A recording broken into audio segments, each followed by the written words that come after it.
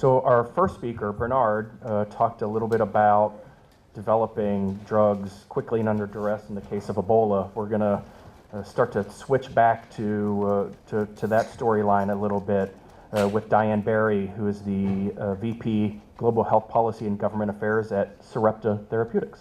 First, I'd like to understand who in the room has heard of NIH? Easy one. How about BARDA? All right, more than I had suspected. Okay, more on that later. I want to give you a little bit of background about myself and where I'm from and why that puts me in a position to speak to you today about the challenges in developing countermeasures for Ebola and other infectious diseases. So I'm the head of government affairs and policy with Sarepta. Some of you may be more familiar with Sarepta in terms of our work in the rare disease Duchenne muscular dystrophy. But today I'm going to focus my comments on infectious diseases, which many of you know there are some serious infectious diseases that are rare diseases, thankfully because of the low case number. So before coming to Sarepta, I worked for the government. I worked for DoD, Department of Homeland Security, and here on Capitol Hill. And I was focused on policies to overcome the challenges that industry faces in developing these countermeasures. And then when I joined industry at Sarepta, I got to experience firsthand some of these challenges. We have 3 clinical stage infectious disease candidates in development for Ebola, Marburg, and pandemic influenza.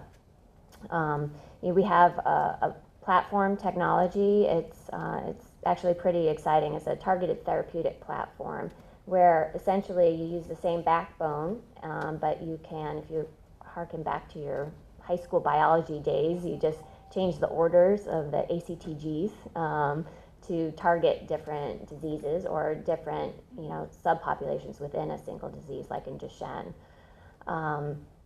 So anyway, for over 10 years, I've been focused on these issues, and the conversation hasn't evolved as much as I would have liked to have seen. Continuing on some of the great points that Bernard has made, the ongoing Ebola epidemic has really shown a spotlight on our state of readiness and preparedness for these types of outbreaks or lack thereof. There has been some progress, but still there are gaps and not enough progress. So there's been 10,000 cases to date and nearly 5,000 deaths. There are no approved treatments or vaccines. There's only a handful of therapeutics and vaccines in development. Speaking on the therapeutics side, none of these have reached a stage in development really where they've ramped up their manufacturing to substantial quantities. Sarepta, for example, has about 20 treatment courses available. So, speaking for ourselves and other companies, we can make more. It just takes investment. So many of you may be asking the question, why after all this time do we not have approved therapies and vaccines for Ebola?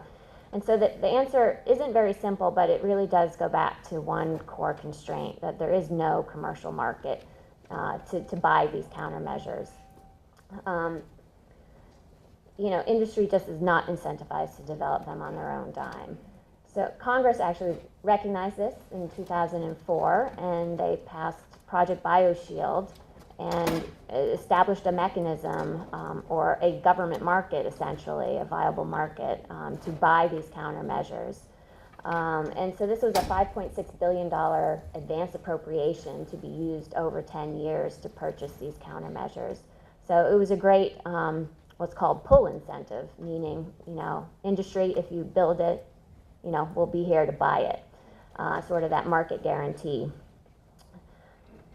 But it wasn't enough. Industry was like, well, there's still a lot of risk on us to develop these countermeasures through advanced development. It's highly risky. It costs a lot of money.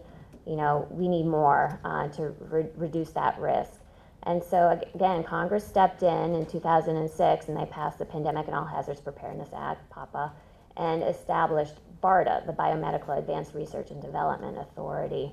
And BARDA is focused on funding, providing that push funding now to complement the pull on the acquisition side, really to help companies bridge over that so-called valley of death of advanced development. So bridge really the connection from the earlier stage research that NIH funds to the acquisition. This is, we've got complementary mechanisms in place between the acquisition dollars as well as the advanced development. But companies still face some formidable regulatory and economic challenges. And so there's very real facts that we have to take into account. And Bernard touched on some of this, just the average cost of pharmaceutical development can reach up to $1 billion. Let's see, I can scroll. Oh, looks like my other two slides didn't make it. All right, that's okay. It's really just a visual to show how costly, up to $1 billion, it takes for a drug, once you identify a lead candidate, to get through to approval and to a place where patients can actually access it. And it can take over 7 years, and oftentimes it's, the risk is so high, only 1 in 10 drugs may make it through that process. You all are probably pretty familiar with that, but it just conveys the message that you need multiple shots on goal if we're going to be successful in developing drugs for these kinds of infectious diseases. The last time I checked, there were actually 13 material threats to the nation and to public health. What that means is there are at least 13 different chem-bio rad nuke agents for which the government has identified a need to stockpile countermeasures.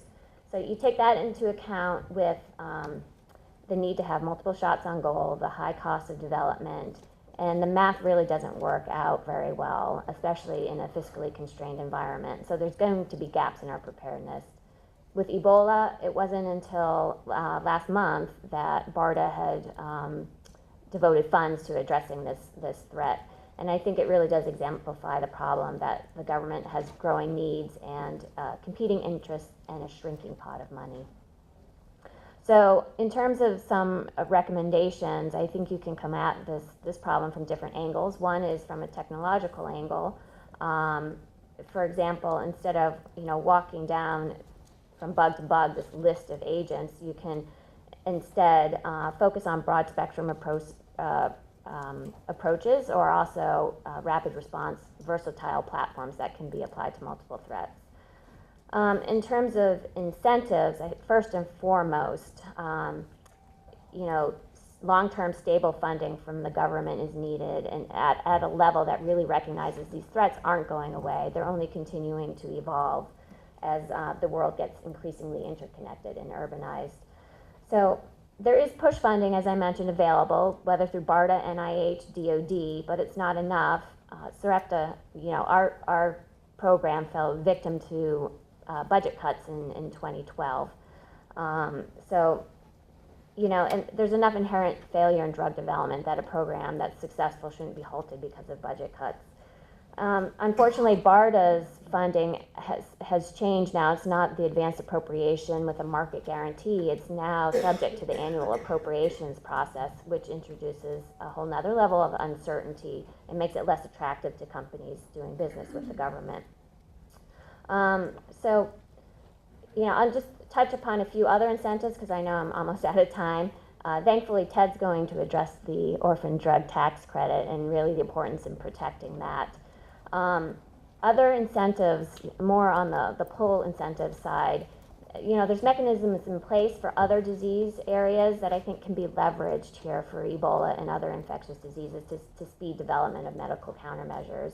The Senate recently introduced a bill to expand the neglected tropical disease priority review voucher to Ebola. So I think policymakers should really take a look at that and consider expanding it beyond Ebola to other public health and that list of 13 or so material threats.